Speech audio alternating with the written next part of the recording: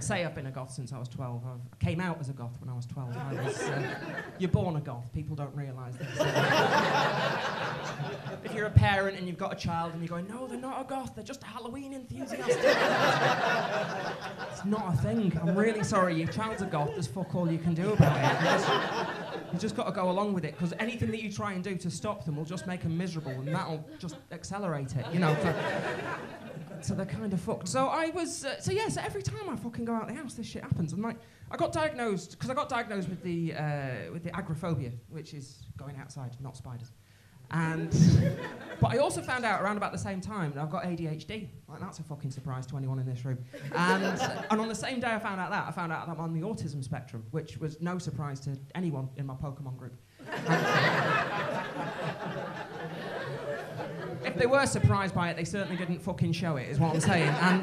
And it was just such a relief to find that out, because I've always had difficulty being around people and dealing with people, and you know, it's just such a relief to find out, because when the doctor said, yeah, you're autistic and you've got ADHD, I was like, oh, thank God for that. I thought I was just a cunt.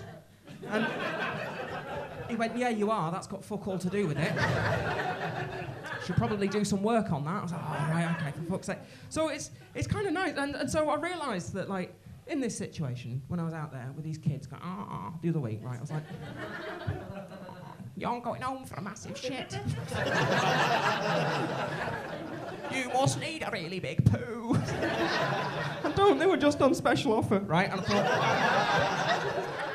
thought, fuck this, right? I've been a stand-up comic for a long time, like 16 years, and people, when they find out you're a stand-up comic, they always go, oh, you're not scared of getting heckled? No, is the answer to that. Because in the 16 years I've done this, not a single heckler has ever said anything as upsetting to me or as insulting to me as the sort of thing my mum would say, just during the average 15-minute phone conversation.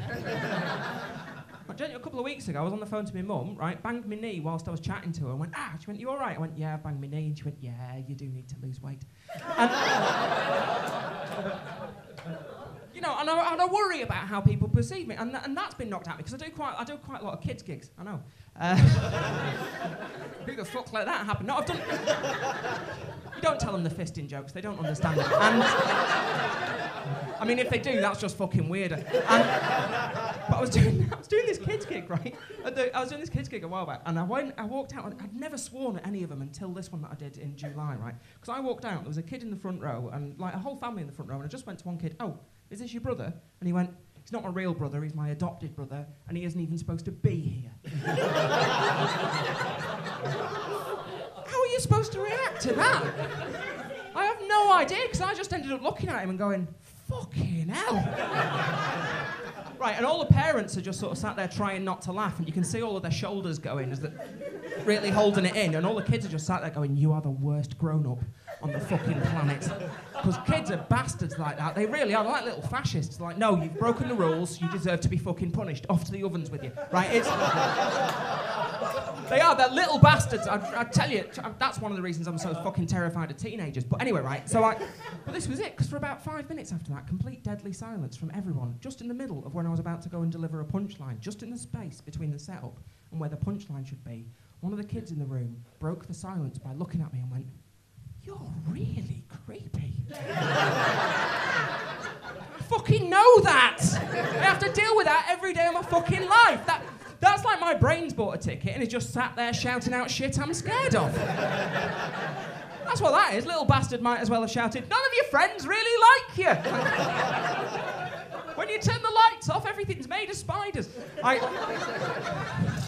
So anyway, right, fuck it, here I am, I'm on the street, and I've got this little bastard kid, right, these little kids behind me, and I was like, do you know, I've done this for ages, and people always go, this is a really difficult job, and it is, but like, I've got enough experience of dealing with hecklers to know how to deal with this situation. Just treat him like a heckler. He's heckled me in the street, fucking put him down, put him in his place. If that fails, drop the toilet rolls and run like fuck. I'm gonna fucking do it. So he's going, you're going home for a massive shit. And I stopped and went, nah mate, it's just I'm fucking your mum later and she tends to leave a mess. He cried.